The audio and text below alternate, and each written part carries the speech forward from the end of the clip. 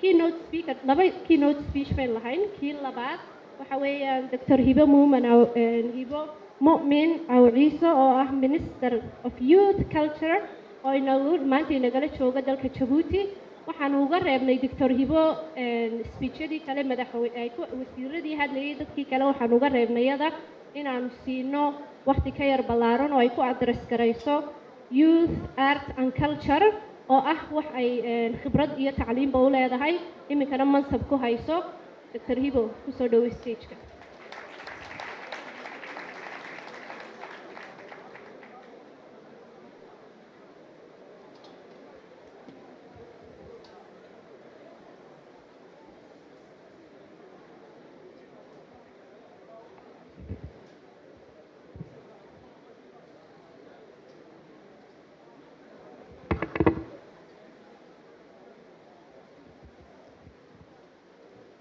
السلام عليكم ورحمة الله وبركاته.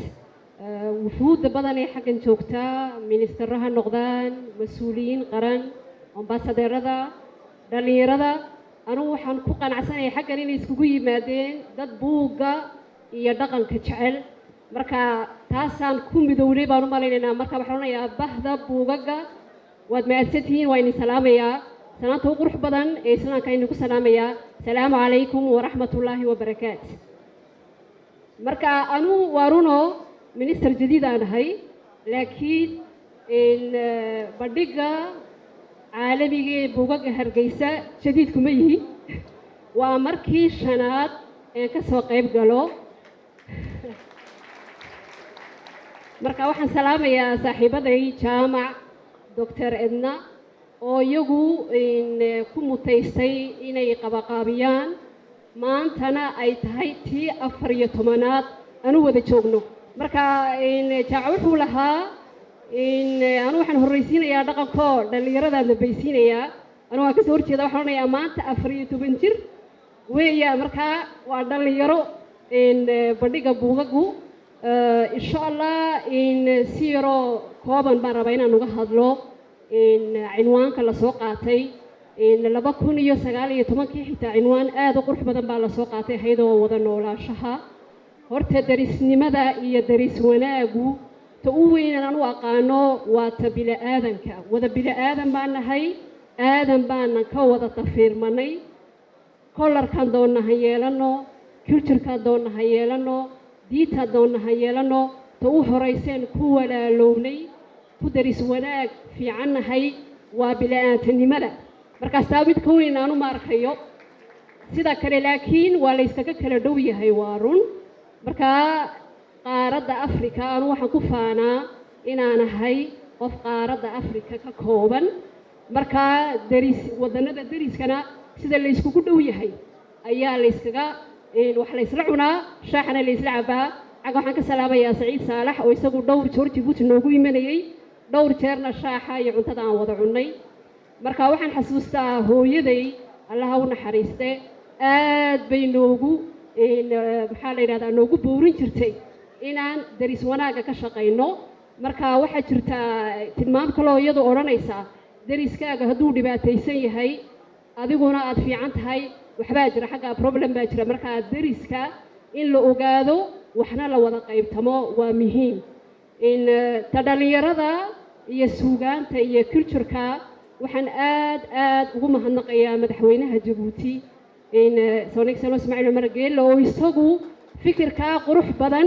inuu isku daro dhalinyarada waliba horeysiyo culture-kana uu daba dhigo waayo labadu way isku waxa la oran karaa way taageerayaan de book fair kan baaba sawir u ah siday dhalinyaradu aad ay ugu firfircoon yihiin ay uga shaqeynayaan marka annagana maanta Djibouti bahda Djibouti dhalinyaro badan baan la socotaa oo wasaaraddu iyadu ay soo maxaa la yiraahdaa ay soo taabagelisay inay la socoto xaggan keento waxayna ka kooban yihiin dhalinyaro badan suugaanta ha noqoto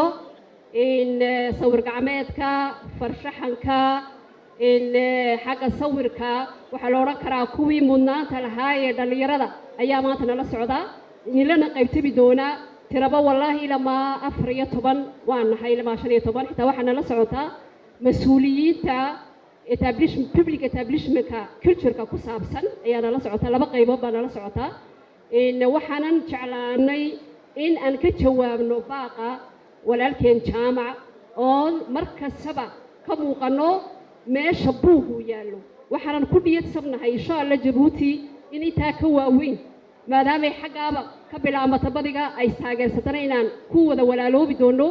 ku wada jaarna noqon doono isku arki doono xagga buuga xitaa waxaa nala socda cilmi baadhayaal ayaa nala socda in kulliiba buuguna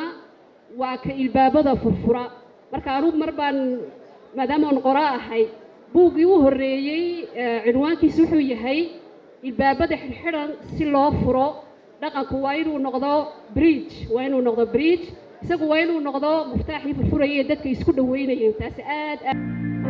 bay u muhiim tahay dhaqanka in la qaybsado luuqadaha la qaybsado dad jacaylka in la isla kulmo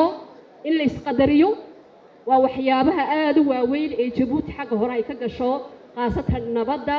iyo walaal jacaylka iyo in wax la isla wada cuno marka anigu aad iyo aad baan ugu faraxsanahay inaan xaggan maanta ka matalo dhalinyarada iyo suugaanta iyo cultureka iyo cilmiga iyo kaydka waayo wax badan ayay soo gashaa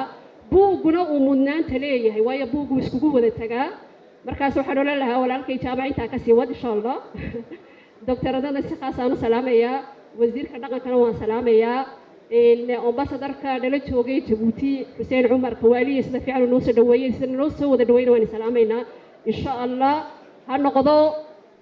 kan 14aad kii 13aad kii ka sii fiicnaa oo hakadka ku yimid COVID-ka una nusqaamin waana ku kalsoonahay inuu kan kii hore ka fiicnaan doono kuwa kalena ay iman doonaan waan salaamayaa salaamu calaykum wa rahmatullaahi wa barakaatuh